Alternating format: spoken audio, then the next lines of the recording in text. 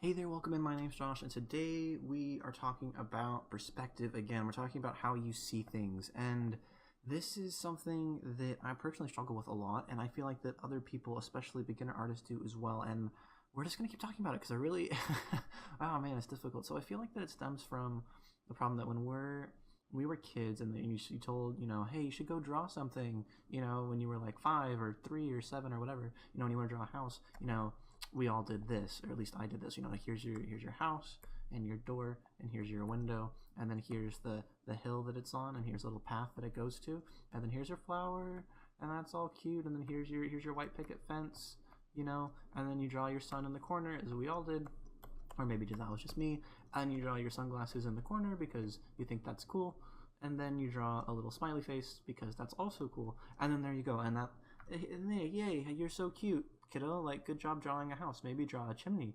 Ooh, and you show it behind the corner, so you now have overlapping planes and how it shows depth. Like, you're so cool. Like, like, we all get this, we all see this, we all understand this to an extent, but then, nobody wants to say, I want to be a concept artist and think this. They think of something else. And I feel like that since we all started to do this naturally as children, this kind of sticks with us until we have to forcibly tell ourselves that we can't think this way anymore.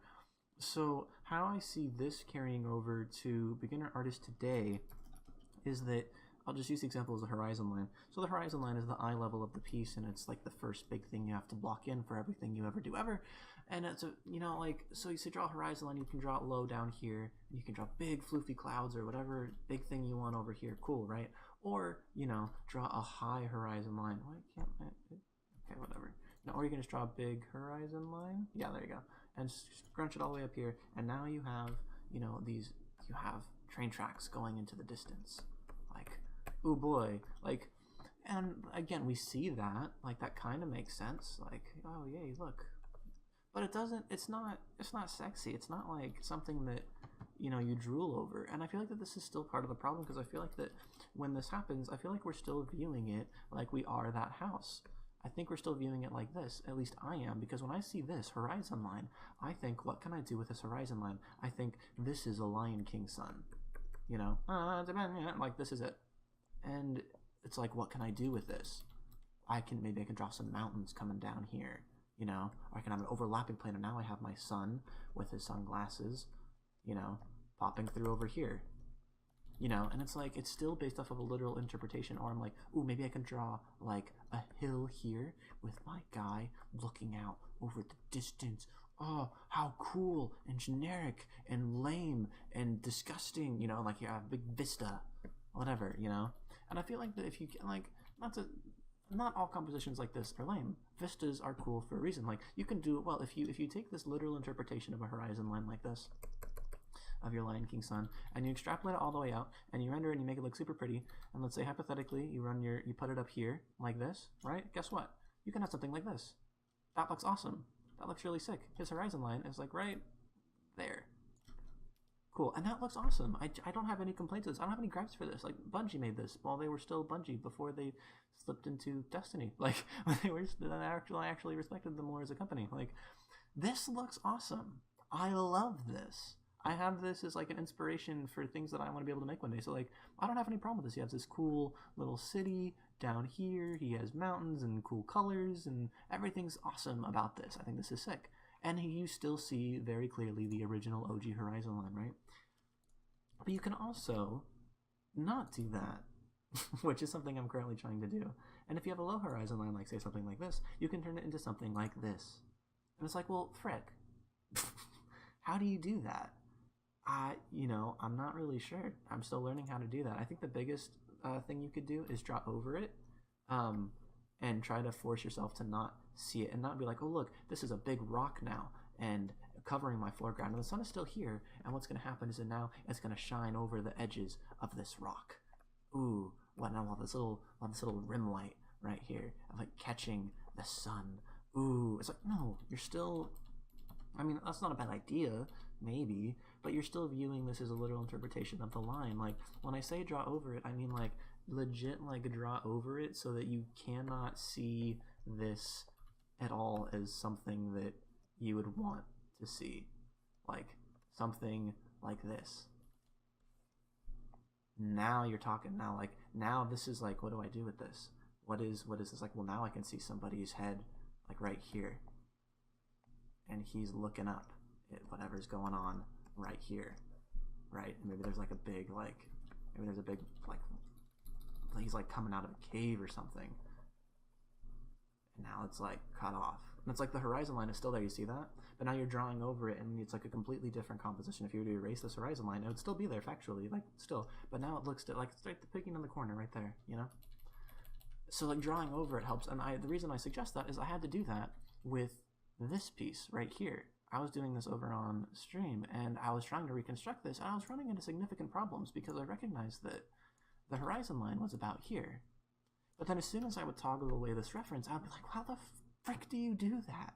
Where do you start transforming this, oh, here's my horizon line, what picture should I make today, into this? Like, are you joking? So ultimately, that process ended up looking like this. And this is what I came up with in the end, kind of, you know, haphazard. Like, it took me way too long. But the biggest step that I took was realizing that the focus was, the biggest thing that sold the perspective was these two lines right here on either side of that big tower. So what I had to do was that I just started with my horizon line like I did over here, but then I took my focal point, the thing that I wanted people to look at, was step number 2. So step number 1 is get your horizon line. Step number 2 is where's your focal point, right? So I knew that, okay, well, I want the focal point, you know, to be over here. But so then I did this, and I just drew it until it seemed like that. Okay, good. Now these are now my guidelines, or with my perspective. Cool, right? And I drew through it, and that from there I was able to go from, okay, now I know there's a snowbank here, right? Oh, okay. Now that means he's standing. My dude is standing on this. He's walking this way. Right, and his scarf is going here, you know. But like the thing that made me be able to start the whole process was drawing through this line right here, these areas, and get rid of this. Like I can't see the Lion King sun now. I can't. Even if I put the sun over here, I'd still, like, these lines are forcing me to see something in a way that's different. In the same way that your eyes know, they know that this length, this physical length right here of her shoe, right, is foreshortened, and it's not really that big. If you were to take this and you apply it here, that's like from her booty to like the base of her neck. You know that her foot isn't that big, but literally on a 2D space, on a 2D plane, this is that long. It just is. But yet you know that that's like, your brain is like, no, she's jumping away from us, the foot is closer to us, so therefore it's bigger, it's called foreshortening, it's a fancy art word, I'm smart. It's like, yes, you are, and your brain knows that, and that's why we don't really question it, right? But that's the muscle you're flexing. So this isn't just an environment painting thing. This is an art thing of training your brain to see things in perspective and foreshortening in a way and be able to communicate that visually. So it's like, this is believable, we get that because it's, you know, it's fine. But if hypothetically, let's say, we take this foot and we make it bigger. I don't know. We do this. We kind of sense that something's off. It's like, I don't think that, I mean, but even still, we'll still give it the benefit of the doubt. We'll still say, no, it's foreshortening. And now her foot's really close to the camera, right? To us. We get that, right? But if we go more, like eventually it gets to a point where we're like, nah, that's a little wonky. I don't think that works, you know? And that's the balance you're trying to find of at what point does it get wonky. Even this I can maybe believe this. I might have to move the leg out. Like if they moved this leg over here, like maybe now we're getting like really close. Like, but again, it's the same thing. If you really want to simplify this, take a cube, for example, and again, on a technical 2D piece of paper, on your monitor, on your whatever that you're using. It has to be a monitor. Don't be smart, Josh. You could be doing this on paper too. So you look at this, and this is a cube. Cool. I like cubes. But then you somehow have to tell yourself that, and make a cube in such a way that you could theoretically think that all the sides are the same length. If you do something like this, there is no way your brain is going to be cool with the fact that this side and this side are the same length. Even this one right here is a bit of a stretch because we know that on paper, technically, in front of you right now, if you were to use a ruler, this is longer than this. And we say, well, they're not even. Your proportions aren't right, you know? And it's like, buddy, the relationship between proportion and perspective is really thin. And it's really, like, at what point does this become believable? How much do you have to erase in order for your brain to somehow think that, okay, I could see that those are all the same length? Let's just try. It's like, no, I still see that it's too much of a rectangle. I still see that. Still see it. Now this side's a little bit too short, so maybe I have to bring in this side a little bit. Okay, now maybe I can see that they're the same size. Maybe. But then what's interesting is that some artists would stop erasing sooner than others. And even then it's like, this is still longer than this side. So it's like there's a relationship between when it stops being believable.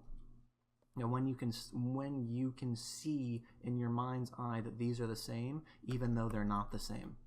You have to be able to see that this is the same length as this, even though they're not the same. And it's not some subjective bullcrap of they look the same to me. It's like, no, there's an objective standard. And every human being with eyeballs typically follows the same standard of, yeah, that's believable. That looks like it's the same to me. Like, that's how we say something looks off or looks wrong or uncanny valley or whatever you want. Like, there's a relationship between perspective and proportions. Just like with the whole foot thing as an example. Like, again, like, still too big. Like, again, that kind of barely still holds together. So, all of that to say, to sum up, we are conditioned to think on a 2D surface, because that's what we did when we were kids. And it's the whole process of restructuring your brain to take a horizon line that looks like this and not see Lion King, but instead seeing this, or instead seeing this. So, that's the process, that's the problem, and the best step that I found right now as of the beginning of 2019 is to consciously draw something that forces you to go over this line and have a new perspective because of it. So don't draw a volcano, because that's still operating within the same perspective of this. That's still the train track perspective. Draw something like the Journey Towers, whose perspective lines here show you and force you that they're going this way and this way. Alright, so that's it for this Technical Tuesday. Thanks so much for watching. If you like, be sure to like, comment, subscribe. Also, video on YouTube anyway. And then I also have a Twitch, and I also have a Discord and a Patreon. The Discord is kind of the best thing ever. It's free. Love to have you come hang out with us, talk about this stuff with people in there. One of the guys in there, his name is Andre. He is a boss with perspective. He's kind of a freak in the sense that he just gets perspective. The stuff that he makes is amazing.